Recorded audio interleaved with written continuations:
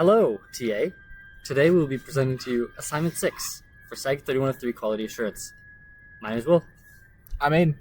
And I'm Noah. Today we'll be presenting to you DB Visualizer, Database Visualizer, a tool for visualizing databases on your own desktop, the DB Visualizer. Aiden, if you don't want to start us off. I'd love to. So I'm just going to do a quick critical assessment of DB Visualizer, or Database Visualizer for long. So DB Visualizer is a robust and user-friendly database management tool that supports a wide range of databases through a clean, intuitive interface. Its features include advanced SQL editing, data visualization, and comprehensive schema navigation, make it a versatile choice for developers and analysts alike. However, its learning curve for more advanced features and occasional performance slowdowns using very large databases may limit usability for some. Overall, DB Visualizer provides strong functionality balanced with general good usability, though improvements in responsiveness and clear onboarding for complex tasks could further enhance its appeal. Well said, Aiden. Noah. Thank you. And now I'll take you on the wonderful journey that is the general demo for Database Visualizer.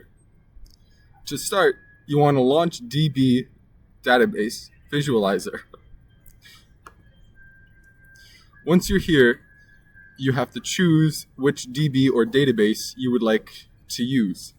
In our example, we use the DB Visualizer demo database.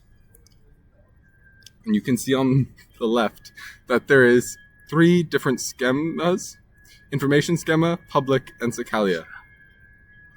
For our purposes today, we will be focusing on the latter. If you click to expand it, you can see a list of its different views. However, we will be focusing on the table view for today. If you click on it, you can see the different tables, from actor to address to customer to store. And many more. To get a graphical view of these, which is the visualizer part of Database Visualizer, you double click on the tables, and then you have to zoom in, and you can see the different tables and their associations. So for example, you can see a film, which is this box here, is associated with a language, a film category, and a film actor, among others. If you look inside of the film, you can see the different columns that are there. You have title, description, release year, all the way to last update. You can get a similar view if on the left side of the screen you click View and Columns instead of the graphical view, whatever is preferred. So, continuing on, these were just a selection of our queries here. So the first thing we're going to do is we're going to select the first name and last name from customer rating, from customer C here, and there's a C.first name. Exactly. Mm-hmm. We're going to import the title, the rental date, the amount, and the payment amount. Then we're going to join that with rental. We're going to put that on the customer ID and apply that as the rental customer ID. We're going to join that with the inventory, add the ID, and I'll link all those things together, and finally with the film as well, and the payment. Next, we're going to get a rental date, and we're also going to set a limit of 10 to our SQL query. So we only want 10 entries that fit this description that we're providing. So we only want to gather 10, there's no need to gather all million of them, when Exactly. 10 will do the trick.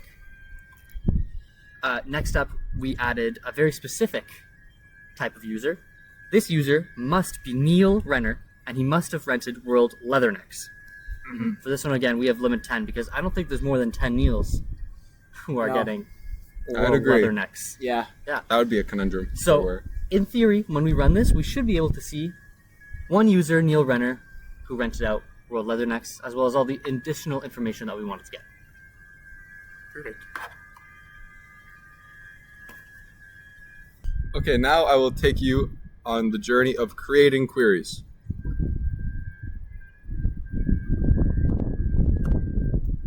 So to create a query, you want to click SQL Commander at the top left of the screen, and then click New SQL Commander.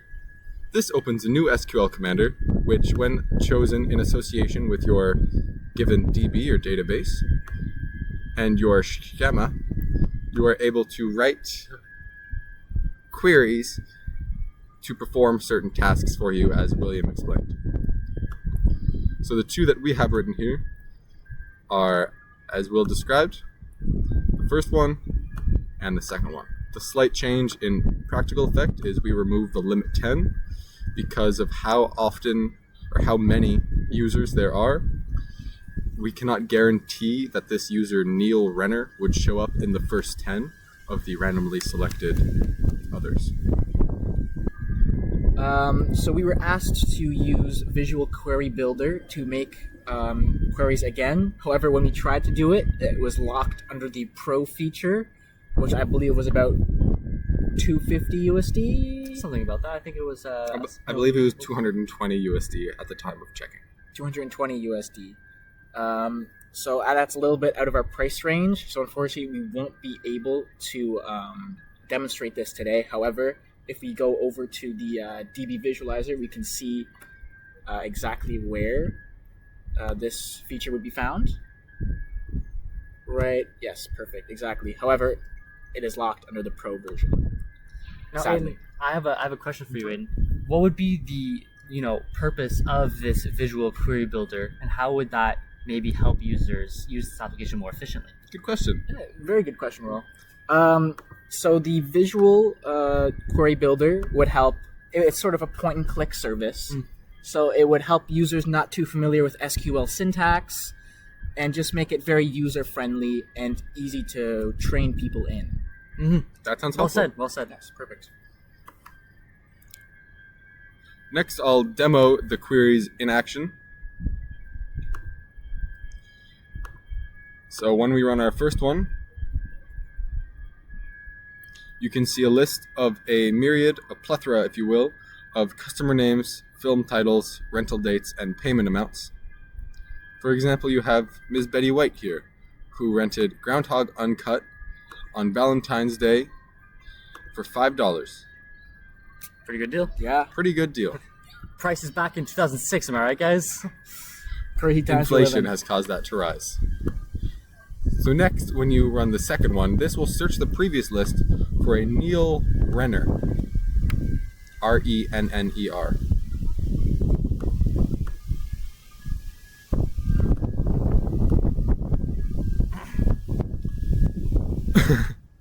Excuse us.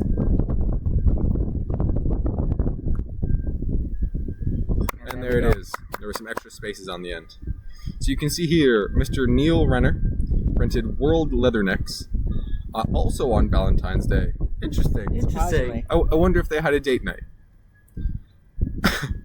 For 99 cents. Inflation. Am I right? Yep. Aiden, take us out. Thank you for listening, TA. I've been William. I've been Noah.